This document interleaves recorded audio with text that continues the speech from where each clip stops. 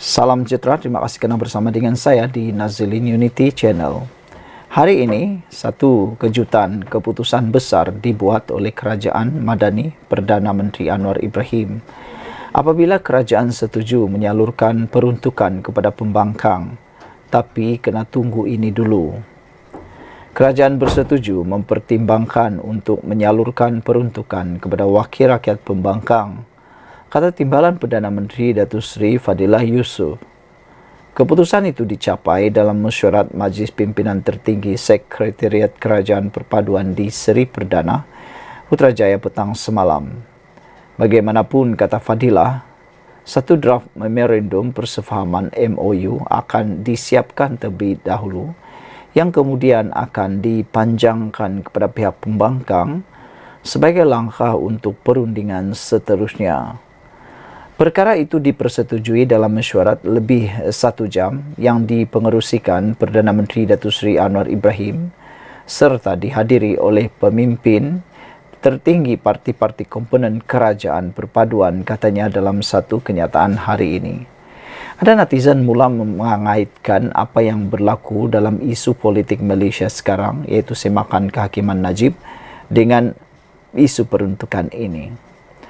Menjadi persoalan netizen ialah kalau MOU antara kerajaan dengan yang dipimpin oleh Anwar Ibrahim dengan Perikatan Nasional dipersetujui MOU-nya, maka ada sudah gencatan politik dan akhirnya akan membawa kepada tempoh damai selama kira-kira 4 tahun ini, sehinggalah pilihan raya yang akan datang juga seturut dengan titah Ketua Duli Yang Maha Mulia di-Pertuan Agong yang baru, yaitu tunggulah pilihan raya barulah bermain politik.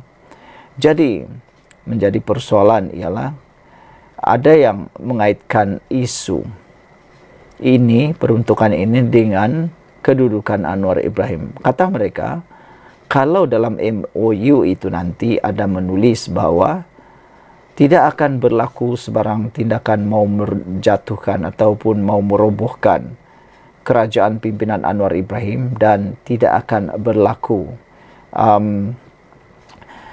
pengambilan sokongan daripada parti, daripada UMNO atau daripada mana-mana parti dalam kerajaan untuk menjatuhkan tujuannya menjatuhkan Anwar Ibrahim, maka dengan itu adakah, mereka bertanya, adakah kerajaan Pakatan Harapan PH sudah berani untuk menyisihkan UMNO daripada kerajaan perpaduan ini?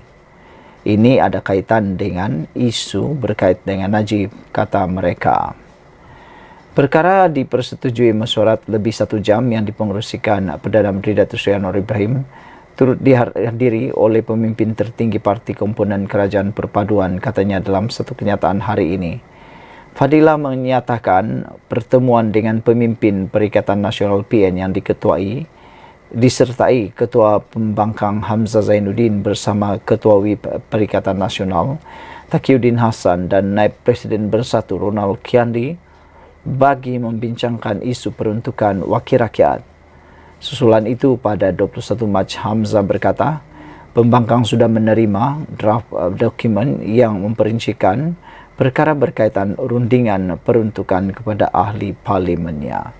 Sekian dulu untuk kali ini. Jangan lupa tinggalkan komen anda untuk isu kali ini. Beranikah atau dengan adanya peruntukan kepada pembangkang dan adanya gencatan politik dan akhirnya muncul zaman kedamaian dalam kerajaan atau dalam negara ini, adakah Anwar Ibrahim sudah berani untuk bercerai, berpisah dengan UMNO? Sekian dulu untuk kali ini, kita jumpa lagi. Bye-bye. Selamat petang, salam sejahtera, terima kasih kerana bersama dengan saya di Nazilin Unity Channel. Selepas kejayaan misi gila, satu persatu kes Perdana Menteri Anwar Ibrahim mula timbul. Selepas pengakuan Ketua Pegawai Eksekutif Cinta Gaza Malaysia CGM, Muhammad Nadir Al-Nur Kamarul Zaman, bahawa Perdana Menteri merupakan watak utama dalam misi gila yang membawa keluar keluarganya dari Gaza, satu persatu kebaikan Datuk Seri Anwar Ibrahim mula didedahkan. Seorang pengguna Facebook yang menggunakan nama akaun Masjid Al-Barakah berkongsikan kisah bagaimana Perdana Menteri ke-10 membantu membebaskan seorang penuntut di Timur Tengah yang dipenjarakan. Beliau Anwar adalah insan yang berjiwa manusiawi. Sebaik sahaja saya menamatkan khidmat di Universiti Taibah, Madinah, Arab Saudi, seorang pelajar PhD Malaysia dalam bidang Al-Quran Universiti Islam Madinah telah ditahan. Dia dipenjara atas tuduhan kesalahan yang beliau tidak lakukan. Beberapa pelajar menghubungi saya untuk mendapatkan bantuan Datuk Seri Anwar Ibrahim yang ketika itu hanyalah ketua pembangkang. Pada hemat kami, Datuk Seri Anwar Ibrahim mempunyai hubungan akrab dengan Gubernur Madinah, katanya. Beliau menyambung, mereka kemudian mendapat link untuk mengetengahkan kes itu kepada Anwar melalui timbalan Presiden Parti Amanah Negara Amanah yang juga bekas menteri, Allahyarham Datuk Seri Salahuddin Ayub. Datuk Seri Anwar Ibrahim kemudian diberi taklimat berkenaan kes itu, termasuk di mana pelajar itu dipenjarakan. Datuk Seri Anwar Ibrahim dengan tenang menjawab, insya-Allah akan bantu. Kami pun terpinga-pinga bantuan apakah. Selang beberapa hari, sahabat kita itu dibebaskan dari tahanan dan menyambung kembali pengajian PhD dalam bidang Al-Quran dengan cemerlang. Kini, beliau seorang pensarah di salah sebuah IPTS di utara Malaysia. Itulah Datuk Seri Anwar Ibrahim yang mulia jiwanya, ujar individu berkenan. Sekian untuk kali ini. Jangan lupa tinggalkan komen anda untuk isu kali ini. Semoga dengan pendedahan ini akan lebih banyak lagi pendedahan-pendedahan baru berkaitan dengan sumbangan kebaikan Anwar Ibrahim yang tidak pernah orang tahu akan lebih didedahkan. Kita jumpa lagi. Malaysia kita punya, kita jaga sama-sama, cintai Malaysiaku. Bye-bye. Salam sejahtera, terima kasih kerana bersama dengan saya di Nazilin Unity Channel. Isu hangat kali ini membabitkan Affidavit Zahid Hamidi. Apakah Affidavit Zahid Hamidi itu bakal atau akan dibatalkan ataupun akan ditarik balik? Itu persoalan yang mula timbul daripada netizen apabila muncul pengakuan daripada Zafrul sendiri bahawa ada kesilapan fakta dalam Affidavit Zahid Hamidi. Dan menurut Zafrul, beliau akan membuat satu lagi Affidavit yang lain untuk memperbetulkan fakta tersebut. Jadi, selain daripada itu, AGC juga telah menyatakan bahawa akan ada perubahan atau ada tambahan dalam ada penambahbaikan ataupun affidavit yang akan dibuat oleh Zafrul bagi memperbetulkan beberapa fakta yang salah di dalam Affidavit Zahid Hamidi. Itu sebabnya ada netizen kata silap-silap hari bulan affidavit yang dibuat oleh Zahid Hamidi mungkin akan ditarik balik atau dibatalkan. Sejauh mana ia berlaku, kita tunggu dan lihat. Namun ada juga netizen yang mempersoalkan kesahihan titah Ketua Yang Maha Mulia di Pertuan Agong pada waktu itu, titah tambahan yang menyatakan kononnya Najib Tun Razak boleh ditahan di tahanan rumah untuk baki hukuman penjara beliau. Ramai netizen mula mahu melihat secara fizikal affidavit daripada Zahid Hamidi dan juga Tengku Zafrul, dan yang lebih penting lagi netizen nak melihat sendiri titah tambahan yang disebutkan oleh Zahid dan Zafrul itu. Lagi perkara yang lebih mengejutkan kita ialah keinginan netizen mahu melihat apa jawapan daripada kerajaan berkaitan dengan isu ini. Adakah kerajaan akan dengan segera mengambil tindakan, menjelaskan, menerangkan atau membuat satu kenyataan yang ditunggu-tunggu oleh rakyat Malaysia? Apakah benar titah tambahan itu memang wujud?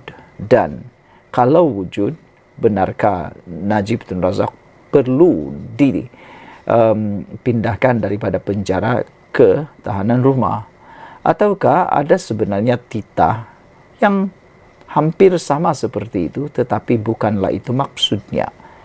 Mungkinkah itu yang mahu dibetulkan oleh Zafrul dalam afidavitnya nanti? Adakah dengan adanya afidavit daripada Zafrul sendiri, ini akan secara tidak langsungnya akan membatalkan atau menyanggah afidavit Zahid Hamidi sendiri? Saudara-saudara sekalian, dipetik dari Malaysia kini, afidavit jadi muncak usaha Zahid bela Najib, kata Megat Zulkarnain. Afidavit sokongan Ahmad Zahid Hamidi kepada permohonan semakan kehakiman yang dibuat oleh Najib Razak merupakan kemuncak usaha Presiden UMNO terbabit membela sahabatnya kini di penjara. Setiausaha politik timbalan Perdana Menteri itu, iaitu Megat Zulkarnain Omardin, berkata, meskipun dicerca dan dipersoal pelbagai pihak termasuk mereka yang pernah berkuasa di Putrajaya, pada hari terakhir Ramadan lalu terbuktilah keikhlasan Ahmad Zahid dalam usahanya membela bekas Perdana Menteri berkenan. Dengan menandatangani afidavit menyokong petisyen Datuk Seri Najib, saya kira inilah kemuncak usaha Datuk Seri Zahid Hamidi demi sahabatnya, kata Megat. Dia yang juga pengerusi UMNO Selangor menambah, mungkin ada pihak bersuara sumbang dengan mempertikaikan langkah Ahmad Zahid, katanya. Mereka mempersoalkan jika titah tambahan yang di-Pertuan Agong itu sudah ada sejak 30 Januari lalu. Mengapa Ahmad Zahid berdiam diri sebelum memberikan afidavitnya kemudian? Pada masa yang sama, katanya, ada juga pihak yang membangkitkan isu berkenan di Parlimen dengan meminta penjelasan benarkah wujud titah tambahan tersebut. Bagi Megat Zulkarnain, apa yang berlaku bukanlah suatu wayang atau politik murahan untuk meraih populariti.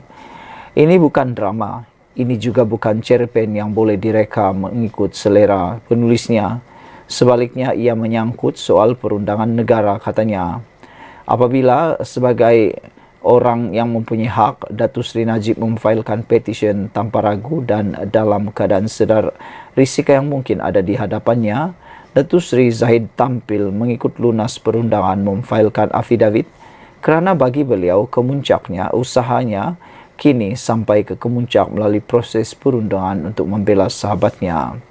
Semalam, Ahmad Zahid menyokong dakwaan Najib berhubung dakwaan kewujudan titah addendum tambahan daripada Agung agar bekas ahli Parlimen Pekan itu yang kini dipenjara di Kajang menghabiskan baki hukumannya dengan tahanan di rumah. Sokongan tersebut diberikan Ahmad Zahid menerusi afidavit yang difailkan di Mahkamah Tinggi Kuala Lumpur pada 9 April lalu. Sesungguhnya saya percaya bahawa untuk tempoh masa yang mencukupi, saya melihat dan membaca titah addendum dan saya melihat dengan jelas semua kandungannya dan bahawa ia merupakan sebahagian daripada proses pengampunan pemohon Najib yang merupakan tambahan kepada titah utama kedua-dua bertarikh 29 Januari 2024. Kata Zahid Hamidi. Saudara-saudara sekalian, bagaimanapun untuk rekod semalam, Tengku Zafrul mendakwa ada beberapa kesalahan fakta yang terkandung dalam afidavit Ahmad Zahid Hamidi. Justru bekas Bendahari UMNO Selangor itu sudah mendapatkan pendangan peguam dan akan membuat permohonan kepada Mahkamah Tinggi bagi memfailkan afidavit sendiri sekaligus membetulkan kesilapan fakta tersebut. Megat Zulkarnain berkata, afidavit berkenan ditandatangani Ahmad Zahid tidak sampai 24 jam selepas dia kembali dari Mekah kerana menunaikan umrah. Mengulas lanjut, Megat Zulkarnain mendakwa sejak Najib dijatuhi hukuman penjara oleh mahkamah, tidak pernah Ahmad Zahid berhenti mencari jalan untuk membela sahabatnya yang dipenjara itu. Walaupun ada yang cuba merekayasa kononnya Datuk Seri Zahid tak berbuat apa-apa, walaupun ada yang cuba meneguk di air keruh, kononnya mereka menjadi pembela bosku. Hakikatnya jasad yang berada di sebalik tirai besi itu tahu.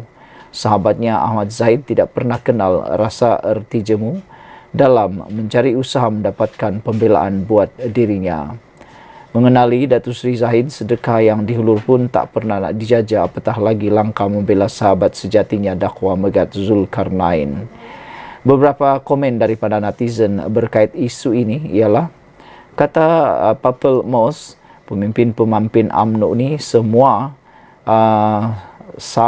ni jenis tak boleh percaya, katanya. Zaman Abah kau UMNO sailang zaman Ismail Sabri Yaakob Perdana Menteri karena ikut telunjuk. PH pun akan disailang bila UMNO dah mula kuat, kata beliau. Tenten kata kaki wayang siok sendiri. Saudara-saudara sekalian, sekian dulu untuk kali ini. Jangan lupa tinggalkan komen anda, tekan butang subscribe. Bye-bye. Salam sejahtera, terima kasih kerana bersama dengan saya di Nazilin Unity Channel. Saudara-saudara sekalian, hari ini kita dikejutkan dengan satu laporan yang mengaitkan Khairy Jamaluddin dengan satu jawatan baru, yaitu jawatan Presiden. Dikabarkan bahawa Khairy Jamaluddin kononnya bakal dicalonkan sebagai Presiden baharu FAM. Secara peribadi, saya merasa Khairy Jamaluddin layak menduduki kerusi panas tersebut. Baru-baru ini FAM mengalami krisis dalaman yang cukup mendapat perhatian daripada netizen. Banyak cerita-cerita bertimbul daripada FAM tersebut. Sehingga kan ramai juga para penyokong atau peminat bola sepak tempatan Malaysia memohon supaya dilakukan rombakan dalam FAM. Mana tahu dengan rombakan tersebut akan membawa kejayaan besar kepada pasukan bola sepak dan pembangunan bola sepak Malaysia. Salah satu perkara yang dicadangkan ialah menggantikan Presiden FAM, dan tidaklah menghairankan kalau benar-benar Khairy Jamaluddin dicalonkan sebagai Presiden baharu FAM. Kerana secara prestasinya, Khairy Jamaluddin mempunyai sejarah prestasi perkhidmatan yang luar biasa, yang hebat dan terbukti boleh bekerja. Ini dibuktikan melalui kejayaan Khairy Jamaluddin di dalam menangani krisis COVID-19 pada masa pandemik melanda seluruh dunia. Beliaulah yang memulakan vaksinasi kepada seluruh rakyat Malaysia. Dan Khairy Jamaluddin adalah Menteri Kesihatan yang dilihat telah berjaya melaksanakan pelbagai inisiatif bagi menangani pandemik COVID-19 pada waktu itu. Kejayaan beliau cukup cemerlang. Saudara-saudara sekalian, di sebalik pelbagai isu dalaman sedang melanda Persatuan Bola Sepak Malaysia FAM ketika ini, timbul kabal angin kemungkinan badan induk itu bakal berubah wajah pada tahun depan. Ya, selepas timbul cakap-cakap yang mengaitkan kemungkinan barisan eksekutif FAM yang bakal menamatkan penggal 2021-2025 pada tahun depan akan diisi calon baharu dengan bekas Menteri Belia dan Sukan Khairy Jamaluddin disebut-sebut sebagai Presiden baharu badan induk itu. Menurut sumber, nama Khairy mula dikaitkan mengisi kerusi nombor 1 di Wisma FAM di Kelana Jaya itu selepas timbulnya isu surat layang yang mendakwa wujudnya salah laku dalam pengurusan badan induk itu. Benar, memang sekarang ada dengar nama Khairy, katanya calon untuk gantikan Presiden sekarang. Tapi itu hanya cakap-cakap sahaja, kesahihan tak tahu lagi. Ini mungkin gendang pemilihan FAM yang dah mula dimainkan, sebab pemilihan pun dah tak lama lagi, hanya tahun depan saja. Malah, dengan isu surat layang yang masih panas lagi, mungkin kabar angin itu boleh jadi betul. Apapun kita tunggu dan lihat, katanya. Khairy bukanlah nama asing dalam arena sukan tanah air, khususnya bola sepak. Malah, hubungan dengan FAM juga cukup rapat apabila beliau sebelum terjun ke dunia politik pernah dilantik sebagai timbalan Presiden FAM dari tahun 2007 hingga 2010. Sebaik dilantik dalam kerajaan sebagai Menteri Belia dan Sukan pada tahun 2013, Khairy individu penting yang memperkasakan program pembangunan bola sepak negara, termasuk mewujudkan Akademi Mokhtar Dahari sebagai pusat melahirkan pemain muda berbakat sebelum diekspor ke luar negara.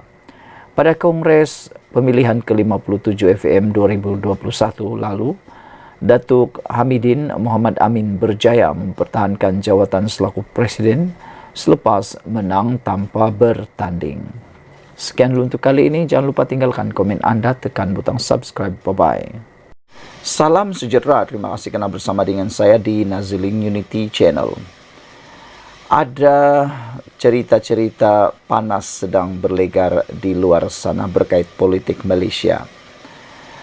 Berkait dengan tuntutan tahanan rumah Najib dan tuntutan supaya Najib dikeluarkan dengan segera melalui afidavit dan juga melalui pendedahan adanya titah tambahan yang dikemukakan oleh pemimpin-pemimpin UMNO kemarin, mula timbul kata-kata bahawa adakah selepas ini UMNO akan tarik sokongan daripada kerajaan dan akan bersekongkol dengan Perikatan Nasional.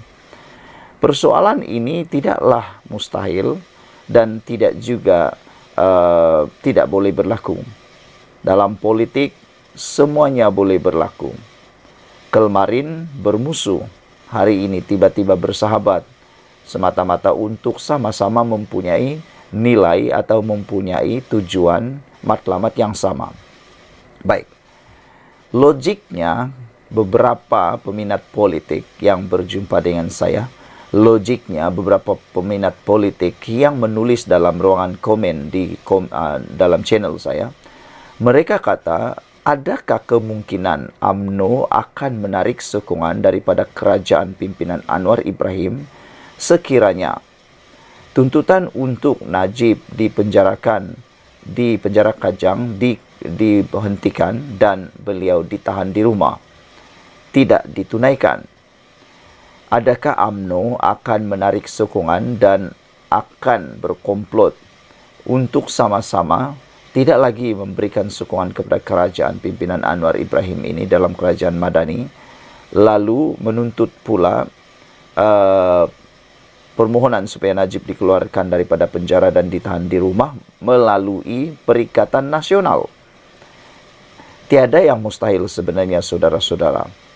Adakah kalau tuntutan mereka gagal melalui kerajaan perpaduan kerajaan Madani ini, dan seperti yang kita tahu, Anwar Ibrahim mungkin tidak berminat untuk mengeluarkan Najib daripada penjara dan mungkin tidak berminat untuk meneruskan hukuman Najib berbaki di rumah, kerana sebelum ini buktinya Anwar Ibrahim di dalam surat yang didedahkan oleh peguam Najib tidak pernah mencadangkan untuk Najib diberikan pengampunan.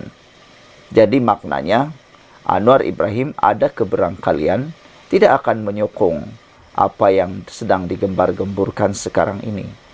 Jadi persoalan besar, kalau Anwar Ibrahim tidak menyokong apa yang dituntut atau tidak mengiyakan apa yang dituntut oleh UMNO itu, adakah UMNO lalu akan merajuk dan akan mencari sekutu baru bagi mendapatkan apa yang mereka matlamatkan? Dan tidaklah mustahil mereka akan menarik sokongan daripada kerajaan pimpinan Anwar Ibrahim ini untuk menyatakan pula, mau dapatkan pula cara melalui Perikatan Nasional. Dan persoalan lagi lain ialah, sanggupkah Perikatan Nasional bersekongkol lalu menerima UMNO dalam Perikatan Nasional untuk membentuk kerajaan yang baru? Walau bagaimanapun, untuk UMNO masuk dalam Perikatan Nasional, mereka perlu membuang ego mereka dan perlu bersahabat semula dengan PAS. PAS sediakah bersama dengan UMNO dan dengan matlamat yang seperti yang dinyatakan tadi itu, sanggupkah PAS bersama dengan UMNO untuk mengeluarkan Najib daripada penjara dan bersama-sama pula untuk bersetuju menahan Najib di rumah sahaja? Kalau dari segi bersatu, silap-silap hari bulan, bersatu mungkin akan menerima apa yang disyaratkan oleh UMNO, tetapi mungkin PAS yang tidak akan bersetuju, memandangkan PAS mempunyai kepentingan untuk menjaga apa yang mereka miliki sekarang. Kekuatan PAS sudah cukup kuat sekarang ini dan mereka sebenarnya tidak memerlukan apa-apa lagi bersama dengan UMNO. Jadi, sekarang ini kalau UMNO bersama dengan Perikatan Nasional, PAS dan bersatu, Adakah Anwar Ibrahim akan tumbang? Mungkin tidak akan tumbang, tapi akan sangat tenat, kerana Anwar Ibrahim hanya ada dan perlu bergantung sepenuhnya kepada Sarawak dan Sabah selepas ini. Dan dapat diketahui Sabah dan Sarawak sebenarnya kurang berminat untuk bergabung dalam Perikatan Nasional. Memandangkan dalam Perikatan Nasional itu ada PAS. Tetapi harus diingat sekali lagi, dalam politik ini semuanya dinamik. Kemarin bermusuh, besok tiba-tiba bersahabat pula. Orang yang disangka musuh paling besar boleh menjadi rakan paling akrab dalam politik. Jadi, kita ulang sekali lagi. Apa sebenarnya seperti yang dikatakan oleh Sabudin? Apa komplot tersembunyi sebenarnya yang sedang? Apa komplot tersembunyi yang sedang berlaku dalam isu semakan kehakiman Najib? Kenapa Zahid Hamidi setuju jadi saksi dan pernahkah Tengku Zafrul tunjuk titah kepada Agong? Saya telah katakan sebelum ini dalam video sebelum ini, yaitu kenapa Zahid Hamidi selaku timbalan Perdana Menteri pula yang bersetuju menjadi saksi dan mengemukakan afidavit ke mahkamah? Kenapa bukan Tengku Zafrul? Sedangkan dalam afidavit yang disebutkan oleh Zahid, Tengku Zafrul lah yang memiliki gambar asal dan salinan imej titah adendum tambahan Agong itu yang asal, yang mana telah pun dikemukakan kepada Zahid Hamidi. Kenapa bukan Zahid Hamidi? Kenapa Zahid Hamidi tidak mengarahkan Tengku Zafrul saja, meminta Tengku Zafrul saja menjadi saksi dalam afidavit tersebut? Mengapa harus Zahid Hamidi? Dan adakah komplot yang sedang dirancang untuk permainan kali ini? Dan adakah langkah Sheraton yang lebih update atau langkah Sheraton yang lebih upgrade levelnya, level tahap kayangan, tahap dewa akan berlaku kali ini? Persoalan itu akan kita ketahui tidak lama lagi. Saudara-saudara sekalian, sebelum kita berpisah, mohon kiranya Anda tinggalkan komen Anda, tekan butang subscribe, dan Anda bolehlah menjawab persoalan-persoalan tersebut tadi. Persoalan pertama yang Anda perlu bantu adalah, adakah UMNO akan terus bersama dalam kerajaan kalau tuntutan mereka Najib dipenjara atau ditahan di rumah tidak ditunaikan, akan terus bersama kerajaan? Kedua, adakah mereka akan merajuk lalu keluar daripada kerajaan dan mencari sekutu baru, terutamanya Perikatan Nasional, bagi mendapatkan matlamat mereka untuk membebaskan Najib daripada penjara dan ditahan di rumah? Ketiga, adakah dengan UMNO dan Perikatan Nasional bersama, atau kalau mereka jadi bergabung, bersahabat, berkomplot, adakah akan menumbangkan kerajaan pimpinan Anwar Ibrahim? Dan soalan yang terakhir, mahukah gabungan Sabah dan gabungan Sarawak bersama-sama UMNO untuk menyokong UMNO kalaulah UMNO keluar daripada parti kerajaan ini? Mahukah GPS dan GRS menyokong atau mengikut langkah UMNO? Sekian dulu untuk kali ini. Jangan lupa tinggalkan komen Anda, tekan butang subscribe. Kita jumpa lagi. Bye-bye.